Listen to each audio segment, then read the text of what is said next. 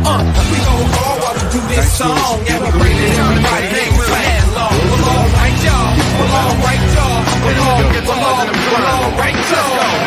I'm from the place where we know how to win, where we tear dynasties down and build them back again. In other words, we don't know how to lose. It's a nice pack for those who think I'm about to prove. You choose to cruise through your career, but I choose to go hard to ensure I stay here.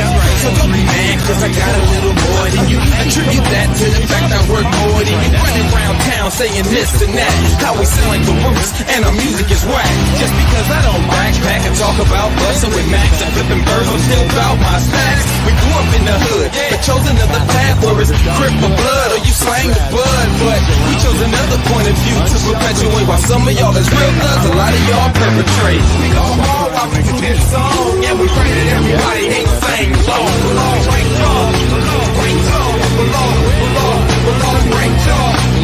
We go hard while we do this song, yeah, we pray that everybody ain't sing along. We'll all rank y'all, we'll all rank y'all, we'll all rank y'all. We jump start like the beat of your heart. Microphones they be giving and we rip them apart. Leave a mark, that goes in the case if need be. Who winning the race is the beat. Not kicking curves, but I'm spitting the words. Living in this cold world got me flipping the bird. Just living life, say the game don't change. It's the same damn thing. Yo, what's up, everybody? Welcome to Worldwide Laker Talk. It's been a minute, but we are back because we have some breaking news. Some things are happening in the season. There's some things we need to talk about. So, first of all, LeBron signed a $97 million 2-year extension with a player option in the second year. That's big news. But also, one of my favorite Lakers, Pau Gasol, will be having his jersey retired. This season coming up? Yep. So, I want to get into it in March. He having his jersey retired in March.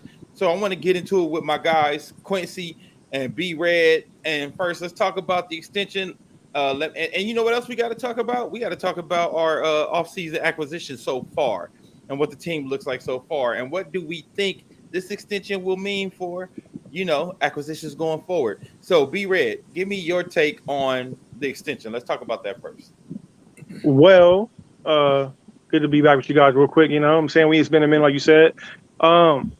The thing that hits me most with the extension is that we know LeBron's getting older. A lot of people got problems with it, but one of the key reasons why LeBron signed with the Lakers is because he understood that the Lakers take care of their star players. So any Laker fan who was taken by surprise that he got extended at this mark, I guess you don't follow the Lakers' history. They're gonna take care of their players. So I mean, him getting that 2-year $97 million is like a thank you for the championship in 2020, and for things moving forward, he has an option after the second year if he decides to, if Bronny comes in at that point, he wants to go play with Bronny, or he has options and things of that nature moving forward. But I mean, I don't think it hinders us financially.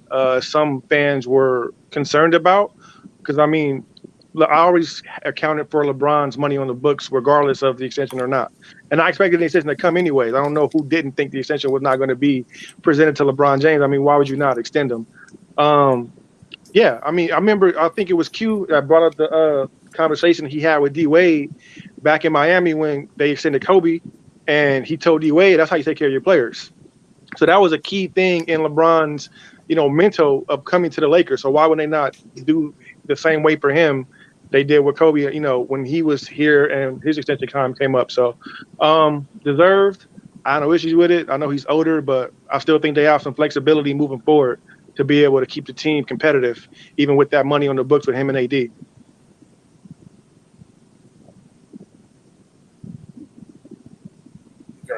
Oh, Q, what do you think about the extension? My bad. It was expected for me. Like Brandon said, if you know the history of the Lakers, that's what we do. Can you guys hear me? Yeah. This is what we do. I mean, Dr. Buzzgate, you saw the documentary. A lot of people already know it, but he gave Magic a 25-year deal? 25 year, 25 million. 25 year. Yeah, so this is what we do. And yeah, I do remember D Wade and LeBron when I remember a lot of people criticized that extension on Kobe. And I do remember LeBron and D Wade saying, like, in the league. Like that's how you take care of your players. And so for him to go from Miami back to Cleveland and still have that in his mind, and and that's what the Lakers end up doing here. It's and if you're the Lakers, what you're hoping for is somebody is somewhere in their locker room or wherever they at on another team, taking notes the same way LeBron took notes. Like, oh, that's what the Lakers do. The Lakers gonna take care of it. As far as his contract production, I don't know how long he gonna play at this level. We already kind of saw a little decline. But after big games, he wasn't able to play like the next game or back-to-back games. But I think the Lakers do two things. You send a message around the league that this is what we do. You also, when Westbrook come off the book next year, you still have around 23 million for free agency. If they trade THT just for like some picks, like second round picks, that can add 10 million to that cap space, so they have like around 33 million to play with.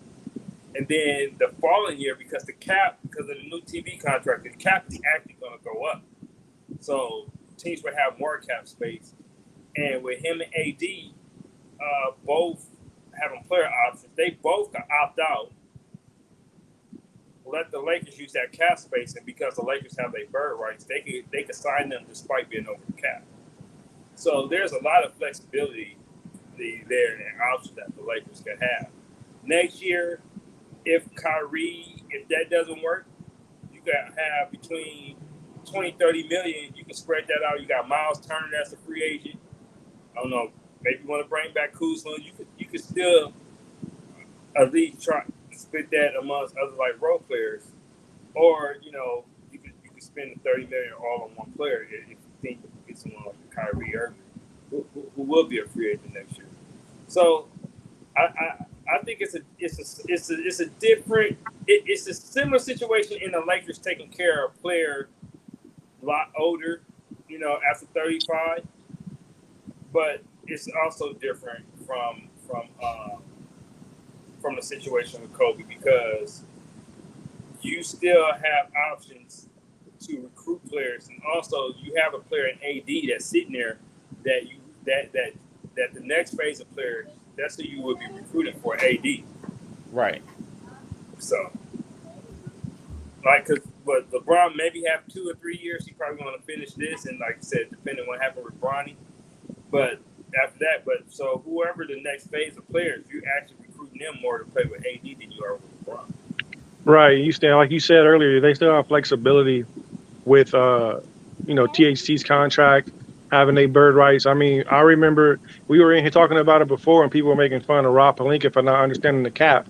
But he was an agent for 20 years. Like, he understands all that and how player contracts come up and the bird rights and all the things that you spoke about, Quincy. So I mean, him understanding the cap and having that future of knowing where money's going to come in from, like the TV deals and whatnot. Like I said, that's not a big thing for me for them, paying an older LeBron when they still understand the options they have moving forward with the cap and flexibility and stuff like that. Yeah, and I know there's a few a few Laker fans who are skeptical about giving him this sizable contract at this late state of his career, and there's some people who feel like he shouldn't have been offered an extension at all. So I say to those people, like, what do you expect the Lakers to have done realistically in that situation? Because it's not like he didn't have a good year numbers wise last season. He had basically a historical season for someone his age. And when he was healthy, he actually still played at a very, very high level. And like I said, I understand he's older, but also the alternative is to let him walk and sign who? So that's the question I pose to the people who say, well, he shouldn't have, we shouldn't have gave him that much money. I'm like, well, he was going to sign an extension somewhere. And if you don't want your office being looked at as the joke of the league, you don't let LeBron James, who has that kind of output right now, still just walk away. And again, if you want to walk away, what's the alternative? You let LeBron walk away to sign who? So let's talk about that aspect of it for the people who don't think we should have re-signed them. Well, fans tend to only think like fans and not like owners who have to make business decisions. Like we said, although the Lakers caught a lot of heat for that contract with Kobe, look what the message by giving Kobe that contract sent to throughout the league. Tell when nobody wanted to come play for the Lakers, when we was begging LaMarcus Aldridge to come and do interviews, when KD wouldn't even sign or even meet with us. Yep. Through all that phase, it was somebody who remembered how the Lakers took care of Kobe that wanted to come. And so if you mistreat or you just kick LeBron off to the curb because your fans, you got a fan base who don't like him or whatever, that sends waves to the league of other, well, shit, if they do that to him, they'll do that to me, and I'm not even on a LeBron status. And then what does that send the message to Anthony Davis? Like, we went through a phase where players wouldn't want to meet with us. A big part of that because they didn't like Jim Buss. Yeah. Of how Jim and Mitch was running the team. And that's why Kobe had to like let her know, like, if you want, have to let Jeannie know, if you want LeBron and other players to come here, you got to fire your brother. So we already seen how it could play when your front office don't have a good rap, to the point like that shit was embarrassing. We was treating LaMarcus Aldridge like he was Shaq and begging for a second meeting and shit because players didn't want to come here. So you got to also look at it with the Lakers. The Lakers just don't have the pleasure to look at it now. They got to look down the line. So when you don't get those meetings, there's that one player to go, you know what? I remember how they took care of Kobe. I'm going to go there.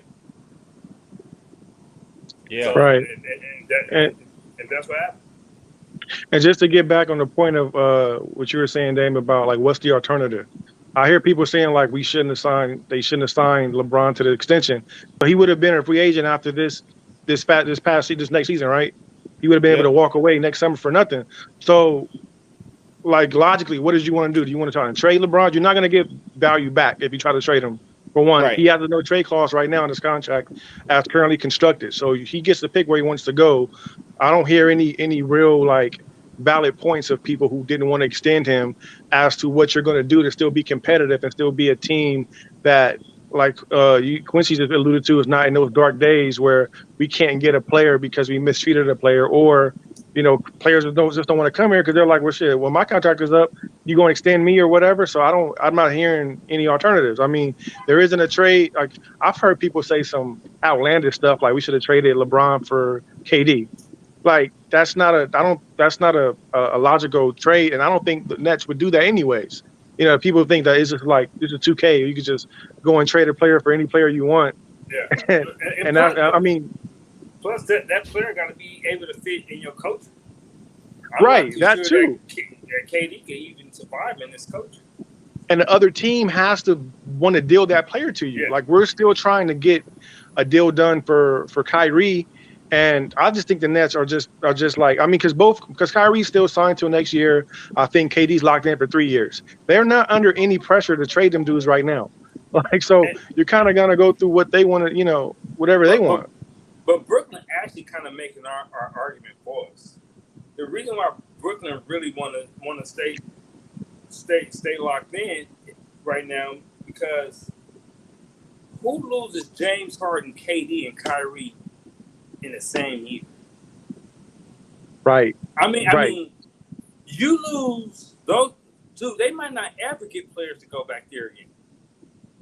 Did you hear the rumor, Quincy, that KD wanted I forget the GM's name, and Steve Nash removed in order to stay? Did you hear about it? So that you think that's the reason why they have a bad culture there? Well, I think we said this before, because see well, let's kind of get on KD a little bit. They gave him everything he wanted because really they didn't even want Kyrie. They wanted him.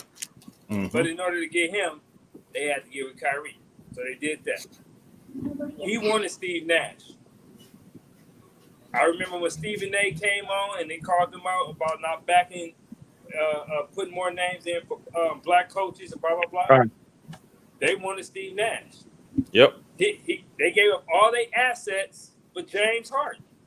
They gave this nigga a max contract, and he knowing that his Achilles was gone. So they have. You want to talk about a player we don't trust, and Laker fans say, "Oh well, we want this player." Y'all better really pay attention to. Be careful what you ask for, because you need to look at how other players are doing franchises that have done way more for them, and niggas still want up. Well, even take it even farther back than that. Like he literally left Golden State because he wasn't the focus of the offense. Yeah. Right. Like so you left a championship team, a championship run just because you didn't like the offense and the way people talk to you or some sensitive shit like that. So you imagine coming to LA with him being the head of the team. That's why I said, like you said, I don't think culturally KD works without a team captain. Like that's why he was able to flourish in Golden State, because even though he was the best player on the floor, he wasn't the heart of that locker room. But we've seen in OKC, we've seen in New Jersey what happens when KD is the heart of a locker room. And like you said, nobody's talking about New Jersey the way they would have talked about the Lakers if this offseason, say we lost Westbrook, LeBron, and AD. And then LeBron come out and say he want Rob Pelinka and Darvin Ham gone. Right. Or trade him. Like this shit would be chaos right now. Past straight pandemonium. So that's why I say, like you said, be careful what you wish for, because first of all, why would you want to trade for Kyrie and KD when we saw that didn't work in New Jersey? Like you just want to change the weather for them? Like you want to keep the same? Like the reason I say I want Kyrie here with LeBron, because one, they already won a championship together, and two, Kyrie is the perfect complement for LeBron. Kyrie is a closer. Kyrie loves to score, and Kyrie is also a good ball handler. At this point in LeBron's career, that's the kind of player he needs, and I know that's what they hoped Westbrook would be, but that's not what he is at this point. But also, Kyrie is not the leader if he comes to LA. We got people in the locker room that can check him. We said, look, right. One thing about Brooklyn, you can't have three of the most fragile ass personalities on one team, and Ben Simmons, Kyrie, and KD. Like right. That shit sound great on 2K, but when you can't have three of the most fragile personalities on one team. And we said that when the three of them got together, like we said, okay, because we already know that Golden State locker room. Shit, Draymond, even Steph, that the leadership, Steph Curry said the leadership in that locker room is stable. Not only that, the Lakers have Phil Handy, who Kyrie said is like a father figure. Right. Phil Handy, when Phil Handy was having problems with Kyrie in Cleveland, that's who introduced him to Kobe. Right. And so you actually have personalities here in LA that Kyrie respect, and also this is a franchise that his role model, his idol built, his idol play for. So I think it'll come with a whole different sense of pride for him to come here. But as far as like trade, like having them here in place of LeBron, because there's a couple of instances where the Lakers, I think under different leadership, probably could have been completely chaos. Pretty much, I would say like injuries have pretty much fucked us in the last 2 seasons. The last 2 seasons, yeah. The last 2 seasons. But I believe I'm going as far as like if it wasn't for the right leadership after Kobe died, that season could have been long. So I mean, just you got to make sure you have strong personalities here. People attack your kids, all type of shit when you're Laker.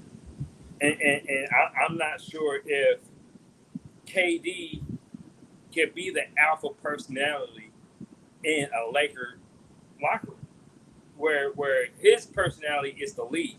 Because if he can't handle that shit in Brooklyn, he definitely won't be able to handle it here. Exactly. Exactly, and like because Brooklyn media, not even the New York Knicks media, No. right? That's not even the Knicks media. So you telling me KD can't handle that?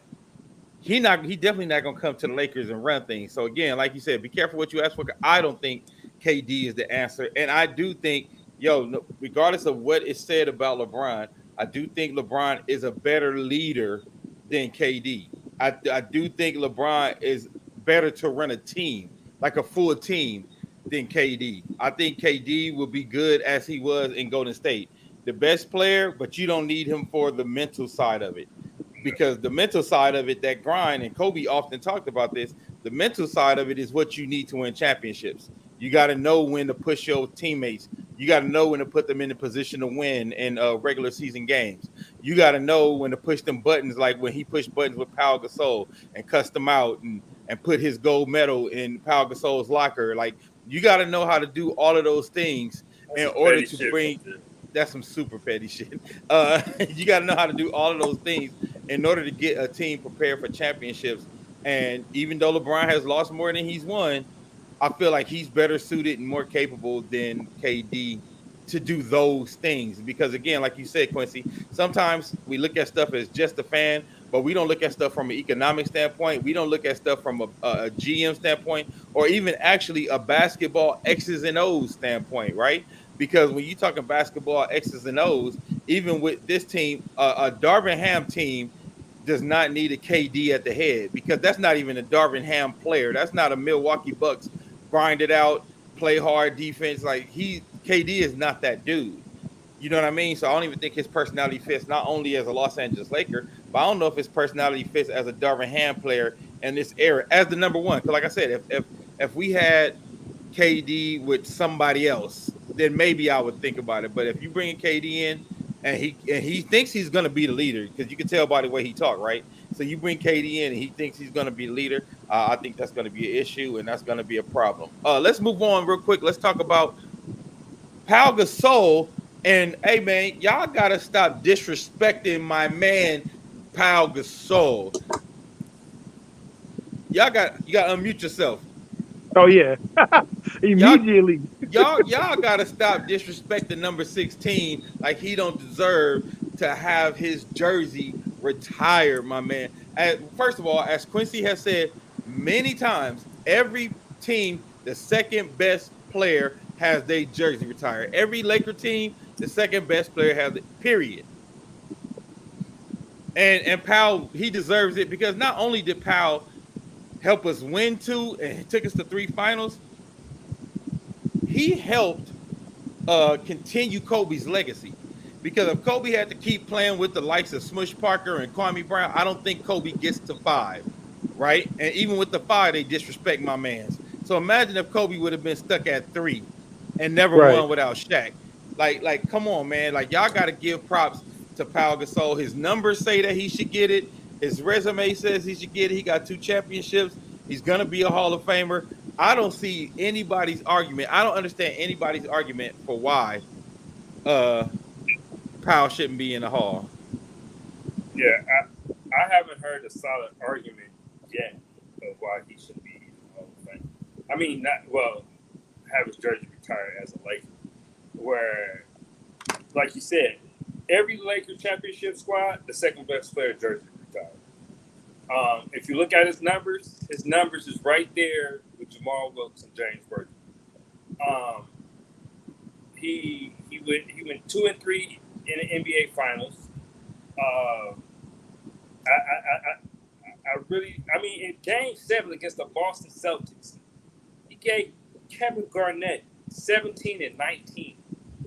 Game 7 against the Boston Celtics, he almost gave KG a 20-20 game. I mean, the dude, him having his jersey retired is well deserved. It doesn't diminish any accomplishment Kobe has done. We know Kobe was the alpha male and the leader on that team, but it's nothing wrong with giving other players on that team their due. Powell, he had the inside game, he had post game, he was a good passer. I mean, he had a high basketball IQ. I think it's a no-brainer. I don't even understand But I actually believe if Powell would have came to us in the beginning of that season and not in February, we probably do beat Boston in '08. Yeah. You know, but it's definitely well deserved. But I do think he's probably the most unappreciated, most disrespectful Laker at this point. Now, so let me ask y'all that too, because we talked about this. Why is Powell so underappreciated as a Laker? Because I know even when he was here, people have put that soft label on him just because he wasn't a banger, right? Like he wasn't a banger on the inside. He was more of a finesse player. So people put that soft thing on him, even though he played through hella injury. He played most games. It wasn't like he was out all the time. And the only time he got punked was that first finals with Boston. But that's because Boston was physical with everybody. Like, let's be clear, they whipped everybody ass on the Lakers that year. So why do you think he gets that kind of, undeserved narrative? I think it's because he was the first championship big man after Shaq. So Laker fans are just stuck on Shaq, who was just such a dominant force, right? Who was, Shaq's numbers, they put him up now, and I forget how dominant he was, like 35 and 12 in the finals, or I'm like, damn, Shaq's numbers were amazing. Like, so we forget, years later, but I think back then Laker fans were thinking like he's going to dominate like Shaq did, and in his own way, the way Quincy said, he had a well-rounded game. He was a good mid-range, good post, good passer. He gave a little bit of everything. He wasn't really a specialist at anything, but good at everything. And I think because he did have those games where he got punked a little bit in '08, but like the Lakers did as a whole team, he had some tough series against Boozer and the Jazz. Every now and again he has some just tough series or whatever. And I think Laker fans were spoiled with the Diesel before and wanted Powell to, I guess, be as dominant as him. But he was literally dominant in his own right.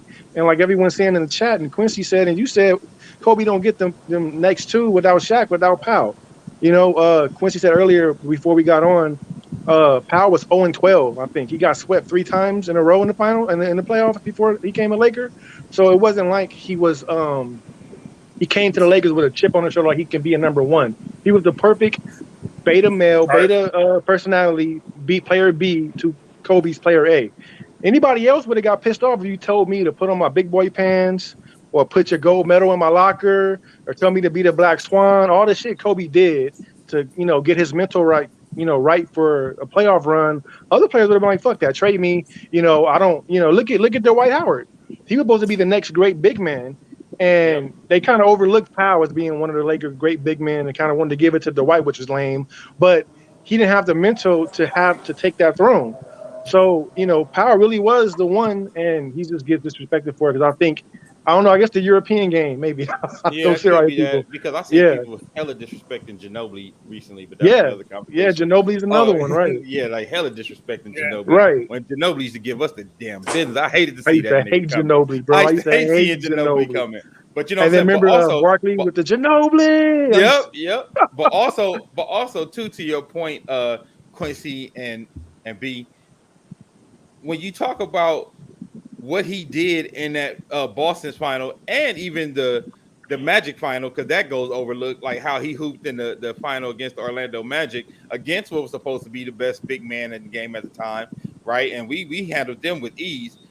But many people regard KG as either one of the greatest power forwards of all time, even over Tim Duncan sometime, or they got him top 5 greatest power forward of all time. And Powell gave this man a business in a Laker Boston finals. There's a clip. I think it's Paul Pierce, KG. It might be Rondo. But there's a clip of them saying there's like the Powell that they faced in 2010 was not the Powell they faced in 2008.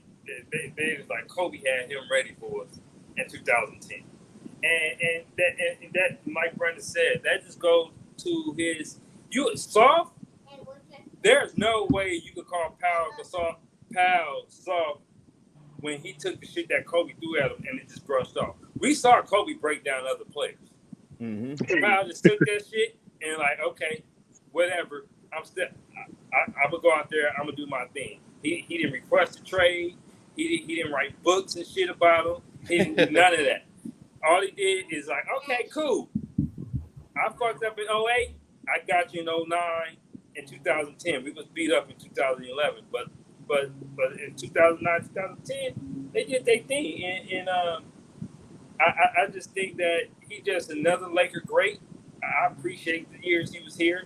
I remember hearing about the trade. I was happy as hell because I knew it. I just felt he was the perfect triangle offense player. I was like, oh my god, you can't have a better big man fit for the triangle offense than Pau Gasol. And I just because Shaq, that shit was a triangle. That was can't nobody just stop this nigga and we played the triangle. but Pau Gasol gave other options in the triangle offense because he could play different spots. He could play the high post, he could play the low post in it, and for any Laker fan that don't think Pau deserves to get his number retired, I would love to hear the argument against retiring his number. Why the Lakers shouldn't retire? Yeah, I agree. Because I haven't heard a good argument yet. I just heard compare his numbers to Wilt. I think that's the only thing I heard. That's the only thing I heard. Yeah, it's crazy. Compare his numbers to Wilt. He shouldn't be in. That's it. But other than that, like I said, every second best player on a championship team has a Lakers championship team specifically has gotten their number retired. And like Kobe said, everybody ain't built to be a Laker. You know what I'm saying? And Powell came and was the perfect number 2 for Kobe and was a Laker through and through once he got here. I'm gonna go back to Brian's comment right here because I didn't even think about this, Brian. He said in 2010, Powell outplayed Garnett, Rasheed Wallace, and Kendrick Perkins, all 3 solid defenders. And if you think about our run throughout the whole 2010, Brian, he outplayed every power forward, from the beginning of the playoffs to the finals. Right. He said he got a better record in the finals than Wilt. He actually do. He do. Yeah, I think he does. That he does. I think Wilt is one. That he does. In the finals, outplayed Duncan too. You said that too, Quincy. He outplayed Tim Duncan. Yeah, I mean, like I don't like I said. Other than you just don't like his game, and that's what we got to get out of. When we don't like when somebody's game is not our preference, we just want to just fucking completely discredit. Like tell you the truth, I never really I didn't like Allen Iverson's game, to be honest. But I ain't gonna ever discredit his game because his game is not my preference. I kind of like more traditional point guards. Well, that's how I feel about the Greek Freak. Like people be like, I would never start a team with Greek Freak. I don't like his game, but that don't mean I don't recognize the kind of player. Yeah, his greatness. I was like, for me personally, for some reason, in somebody's game that just don't connect with me. Something about the Greek Freeze game, I'm just like, I just don't like it. I wouldn't start. I still would start my team with Anthony Davis over the Greek Freak. Yeah. Like the difference is the Greek Freak is a lot more healthy than Anthony Davis. But if I had to pick 2 of them being healthy, I'm picking Anthony Davis 10 times out of 10. Yeah. Hey, y'all gonna laugh, but I'm like that with Steph. Nigga. I wouldn't start a team with that nigga, bro.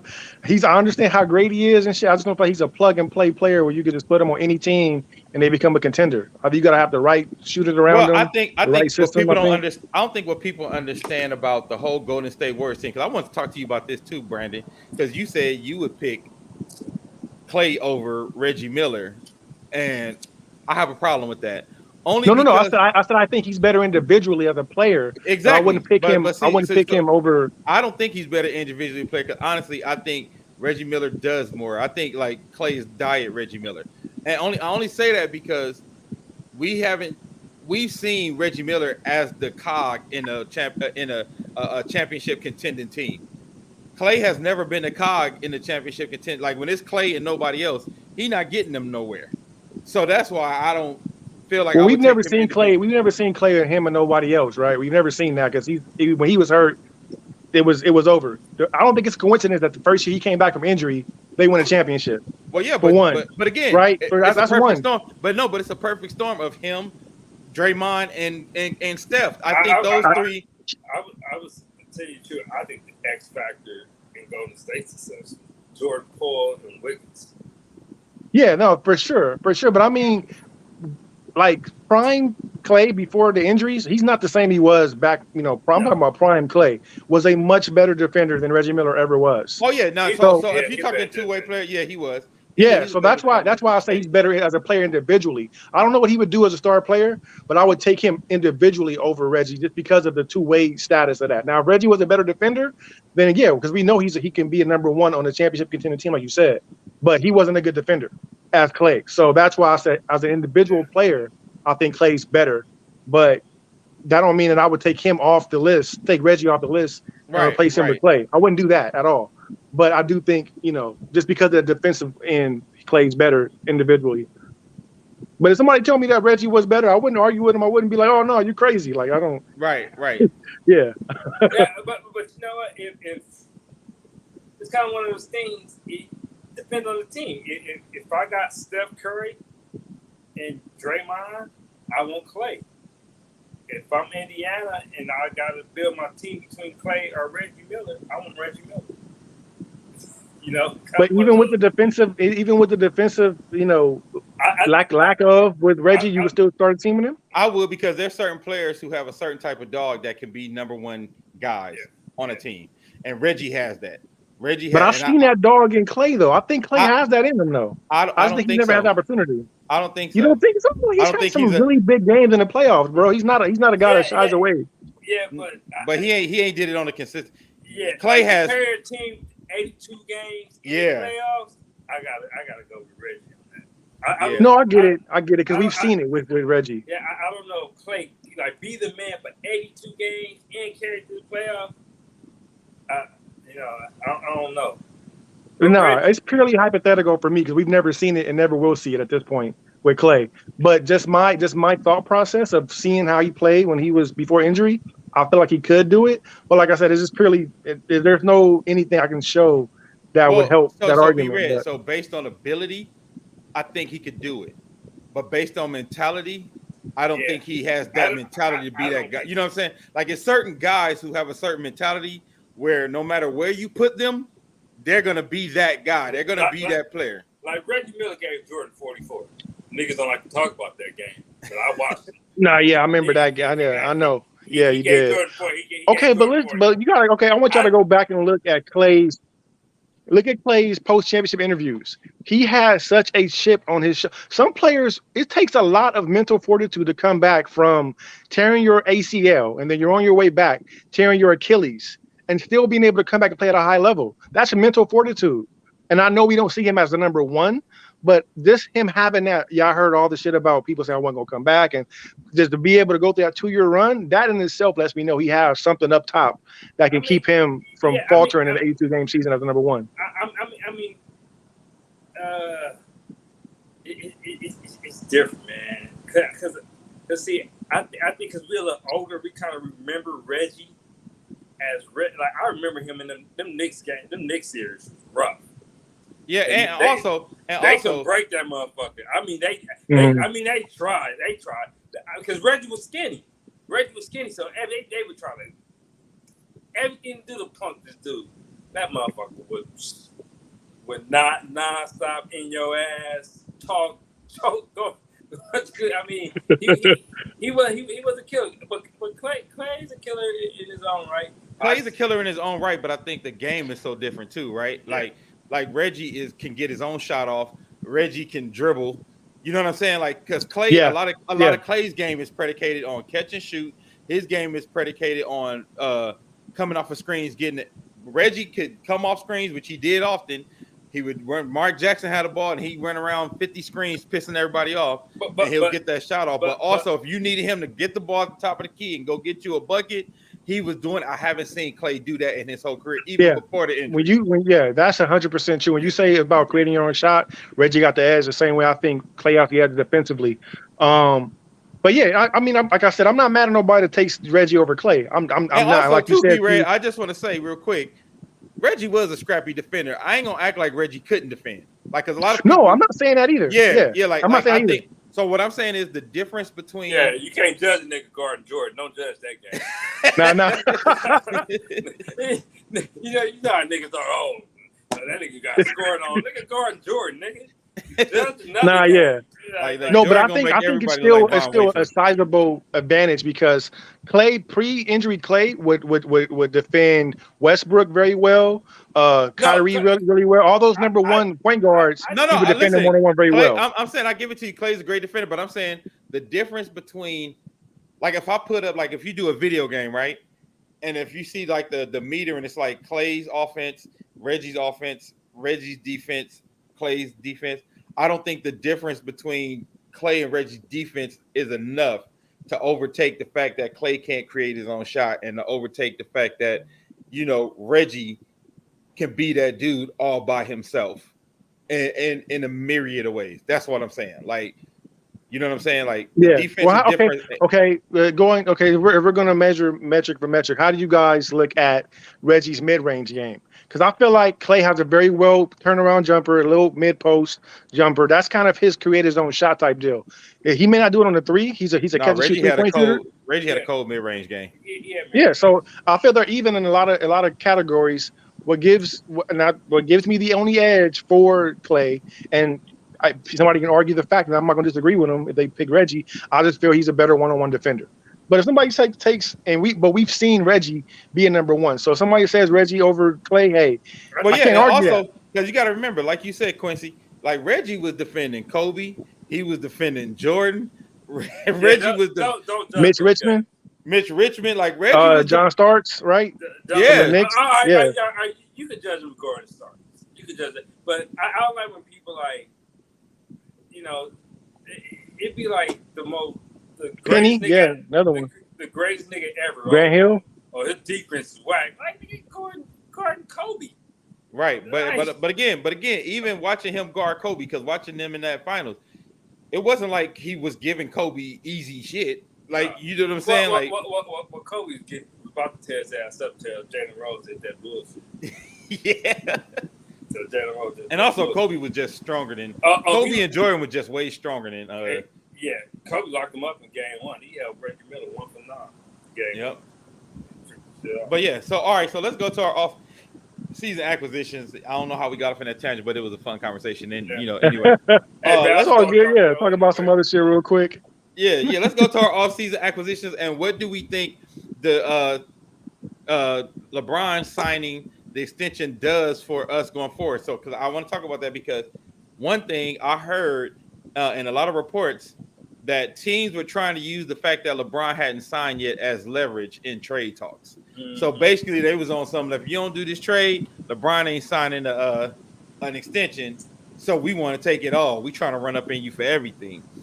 I think one that takes away some of that, right? Like that takes away some of that leverage that people thought they had. And then next, I think to me that signals that Kyrie might actually be coming because he could have waited till the end of the offseason or the middle of the season to sign his contract. So and for me, that's just speculation, guys. That's not nothing that I've seen reported. My speculation is the fact that he signed this early because he signed like 2 weeks after he was eligible. I feel like one, that shows he has faith in the front office to put together a championship team going forward. And two, I feel that might indicate that they figured out what they're going to do with Russell Westbrook. Let me hear from y'all on that part, on that piece. On LeBron re-signing before we actually made a trade, right?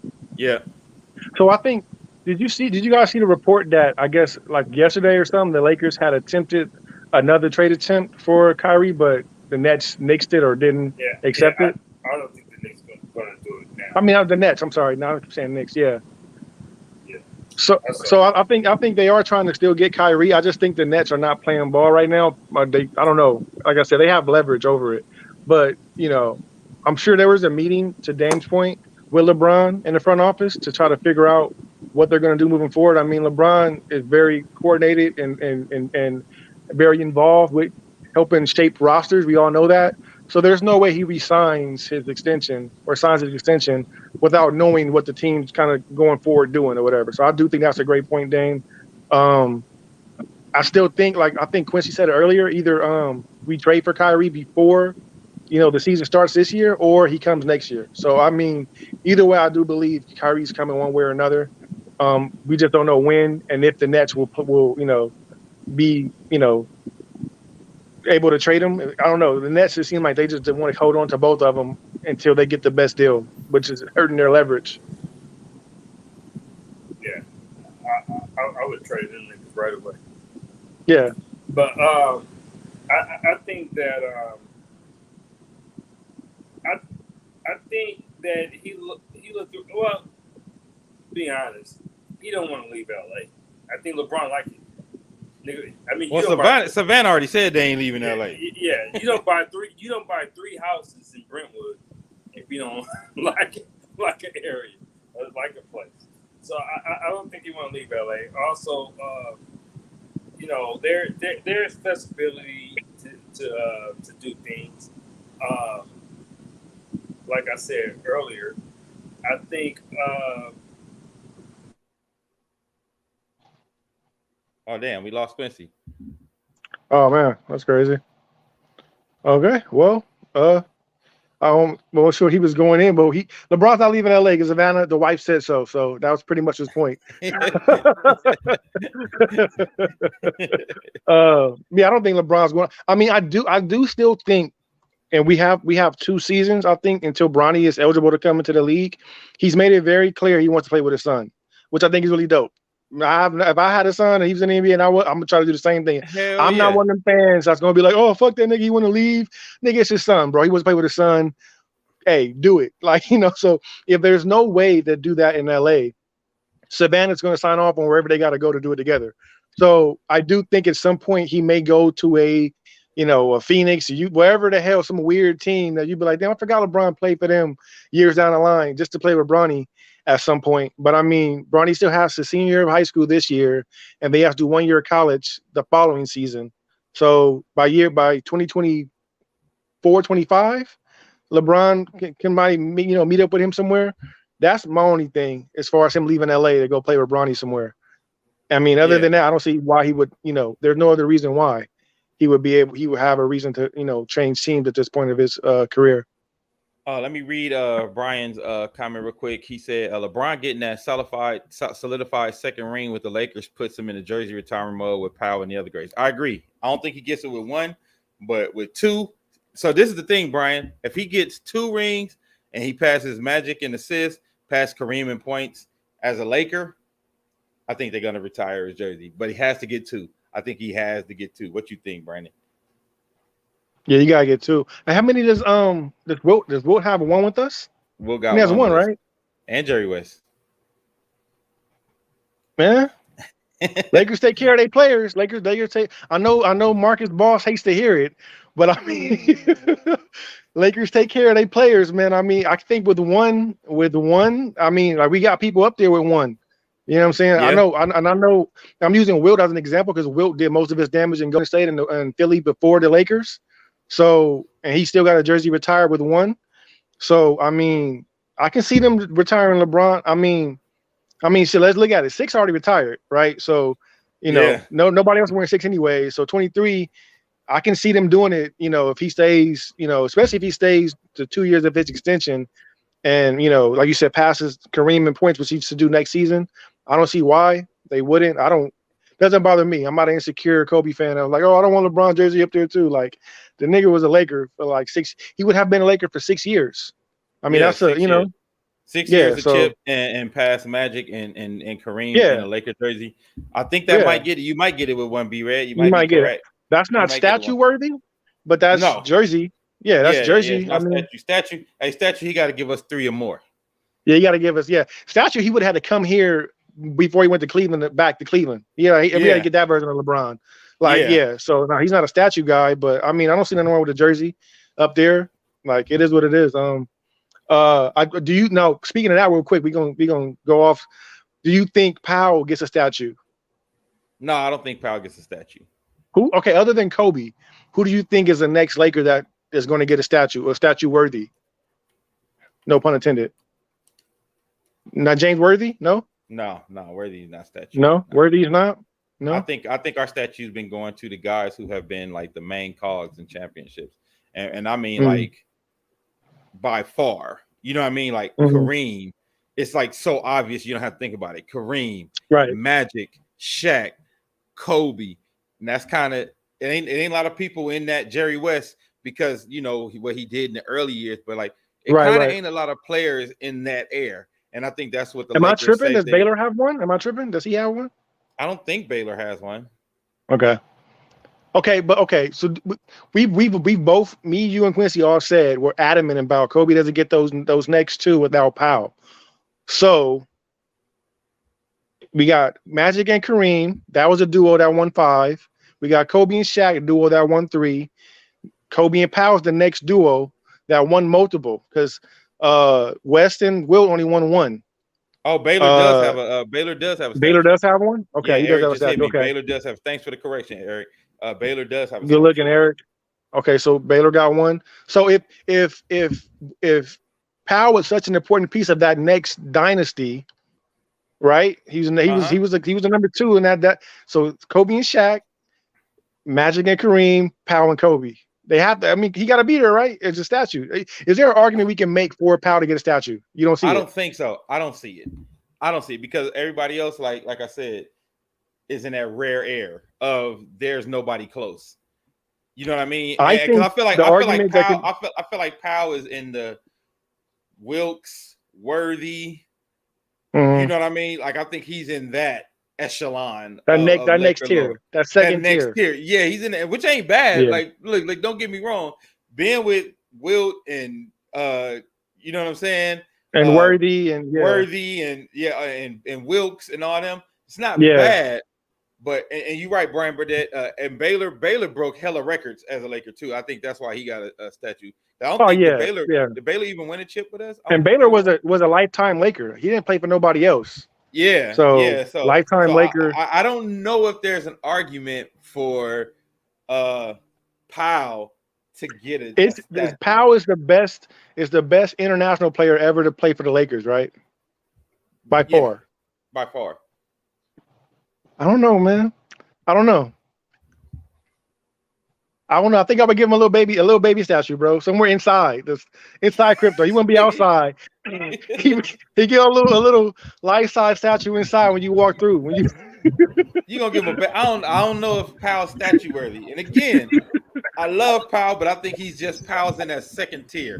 That statue is for like those Laker legends, which is Kobe, Baylor, West, Shaq. You know what I'm saying? I don't think Powell's in that echelon. Yeah, Wilt don't even have a statue. So you don't think Powell would get a statue either, Q? No. He's not statue worthy, no? No. Lakers are trading against tiers over here. So who other than Kobe, is there another player that's statue worthy after Kobe? Or is this ends at Kobe? This is in Kobe right now. It is at Kobe right now. Okay. Like unless AD run off 4 or 5. I think AD has a shot. I don't know. LeBron gonna get his jersey retired, but he ain't getting no statue. AD has a shot, but shit, he gonna have to go on a nice little run. Yeah, that's like AD got to rip off 3 or 4. I think if AD could win like 2 with LeBron, and then win 1 without LeBron, yeah. I think that could put him in that next tier. Because Shaq got 3 as a Laker, right? Yep. Yeah. All right. Well, I know you got to head out, be ready. So let's get to this last piece real quick.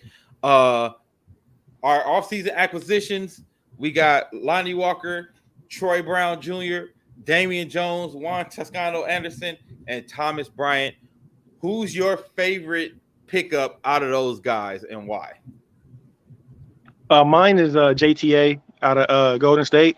I don't think he's gonna have that big of a role, but I just love those two-way guys that you don't gotta draw plays up for, and he has championship pedigree already. Obviously, he just won the championship last year. I know he wasn't a top 5 or 6 player on that team, but he still was around a championship team all year long. So he knows what it takes to have a championship coach in the locker room, understands how to play a role. Like I said, he's the type of player when he gets in the game, he's going to defend, he's going to get buckets, but you don't got to draw plays up for him. And just versatility and just length, and athleticism, something we didn't really have a lot last year with some of the players we were putting in there, just getting ran on defensively. So I'm excited to see what he does with more minutes. a little bit of a bigger role, and that year of experience with playing on a championship team. All right, who's your pick, Quincy? For I like Lonnie Walker.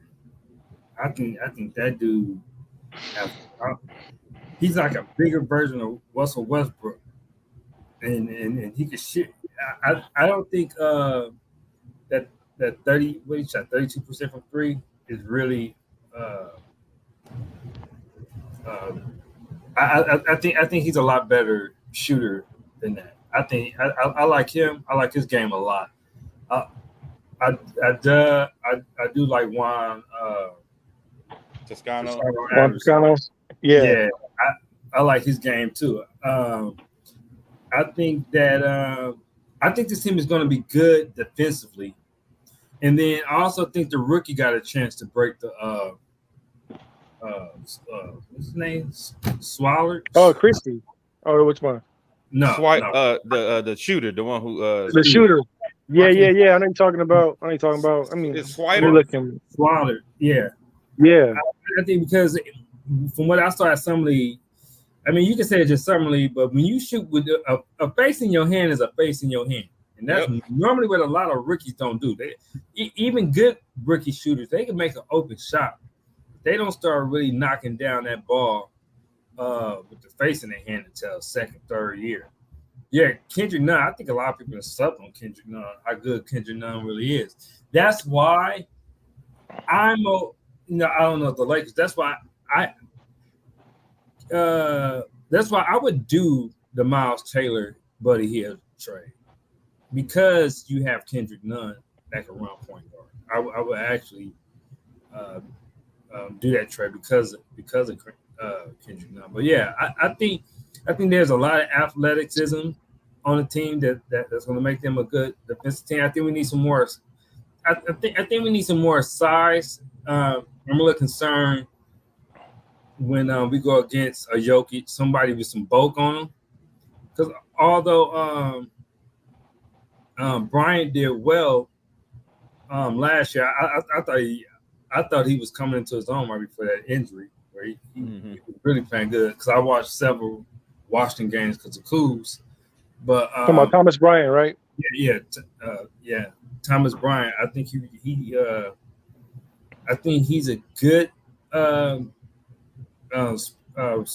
spread five, but I think Miles Turner and AD would just be fear. I mean, the fear that they were defensively, because they could switch 4 to 5. They could just switch on and off. Who played the 4? Who played the 5? They could just switch on and off. But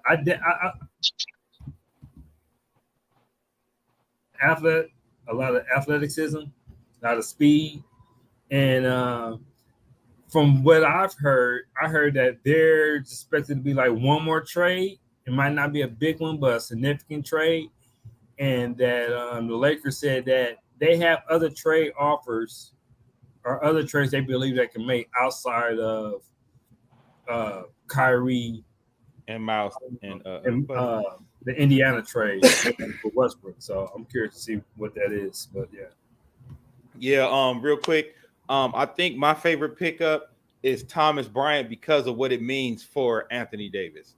I think having Thomas Bryant and Damian Jones, they give us probably the most versatile front court in the league with what they can do athletically and what they can do defensively. Damian Jones is not afraid of dirty work, and Thomas Bryant is not afraid of dirty work, and that's what we need alongside AD. That's a good compliment to him. So that's my pick. I want to thank everybody for watching the show. We'll be back soon. We sure trade is coming. And once the trade comes, I'm sure we'll be back on to talk about it with you guys. Worldwide Laker Talk, Worldwide Laker Game for Life. Thank you guys. Brian said, wish we could have kept Monk. Hey, Brian, thanks for chiming in. And everybody else who watched, man, we appreciate y'all.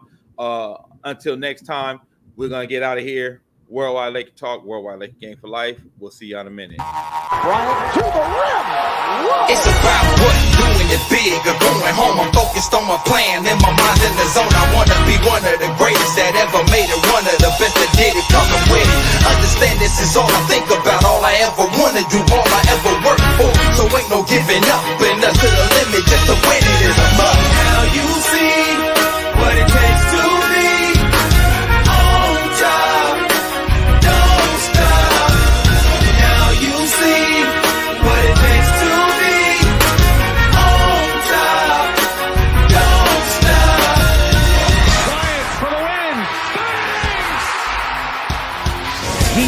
a remarkable talent. I mean, he got into one of those zones, and I've said it many times. It's all right for regular players to get in a zone, but when you're the best player and you get in a zone, that shouldn't be fair. And it wasn't fair. Access, watch the progress, can't be done, man. I'm the